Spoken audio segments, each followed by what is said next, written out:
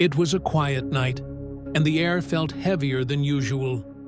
The town of Hollow Pines had always been surrounded by mystery, one that no one dared to unravel. The forest, a dark and eerie place that even the bravest of souls refused to enter. The legends had been passed down for generations, warning of the spirits that wandered the trees, whispering to anyone who dared step inside.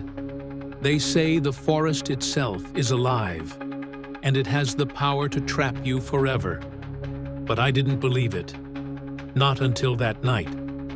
I was with a group of friends, all of us eager to prove the stories wrong. We had heard them all before.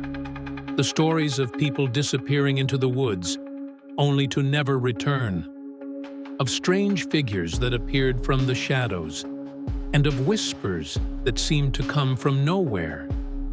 I thought it was all just superstition, just tales meant to scare children. So, when the others dared me to venture into the forest with them, I didn't hesitate. We stood at the edge of the forest, the tall, twisted trees looming before us like dark giants. The wind whispered through the leaves, but it wasn't a comforting sound. It felt like something was watching us. My friends laughed nervously, trying to keep the mood light. But there was an unease in the air, a tension that none of us could shake off. Still, we pressed on, stepping deeper into the forest, the branches snapping under our feet. As we walked, the forest seemed to grow darker, colder. It wasn't just the absence of light that made it feel wrong. It was the way the shadows moved, twisting in unnatural ways.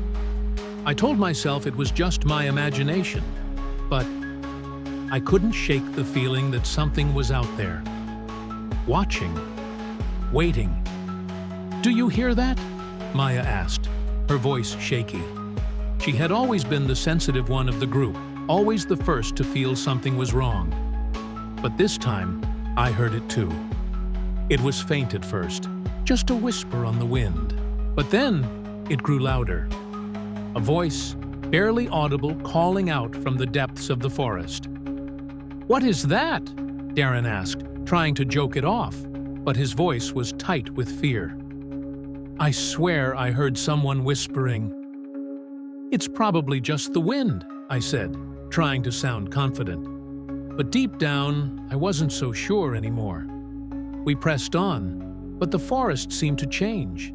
The trees were no longer just trees. They felt alive.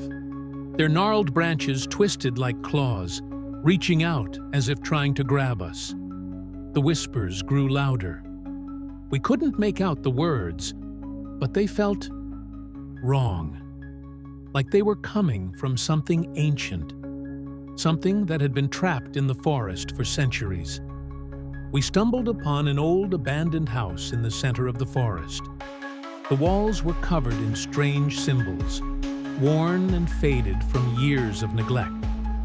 Maya insisted we go inside, but I didn't want to.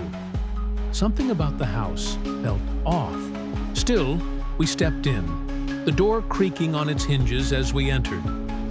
Inside, it was colder than outside. The air felt thick, heavy with the weight of years of forgotten history. The whispers were louder now, filling the air around us. It was as if the very walls were speaking to us.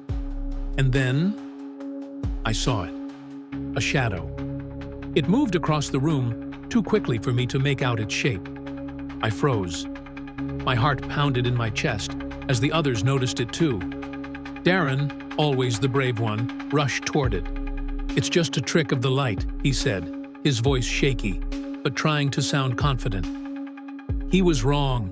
It wasn't light. The shadow didn't move like any animal or person I had ever seen. It shifted, melted, like smoke.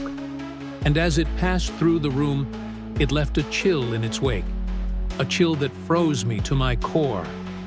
We had to leave, but when we tried, the door wouldn't open. It was like the house itself didn't want us to leave. The whispers grew louder, more insistent. I could hear them now. Words, old words, in a language I couldn't understand. But I knew one thing. They were not meant for us. "We need to get out now!" Olivia screamed, pulling at the door, but it wouldn't budge. Her eyes were wide with terror, and I could feel it too now. We were trapped. And then I saw something that made my blood run cold. A figure standing in the doorway.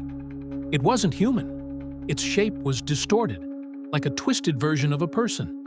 Its eyes, glowing, white, and lifeless. It stared at us, and I could feel its gaze deep inside me, like it was searching for something to take. The shadow lunged forward, and suddenly we were running, stumbling through the dark forest. The whispers chasing us, the shadows following us. I could hear my friends calling my name, but I couldn't stop. I couldn't think. I had to get away. Somehow, we found our way back to the edge of the forest, but not before I caught one last glimpse of the figure standing in the trees, watching us as we ran. It was still out there, waiting for the next group of fools to wander in. We escaped, but the forest, it never really let us go. I can still hear the whispers sometimes, late at night when the wind blows just right. And I can still see those glowing eyes staring at me from the darkness. The whispering shadows are real, and they're still watching.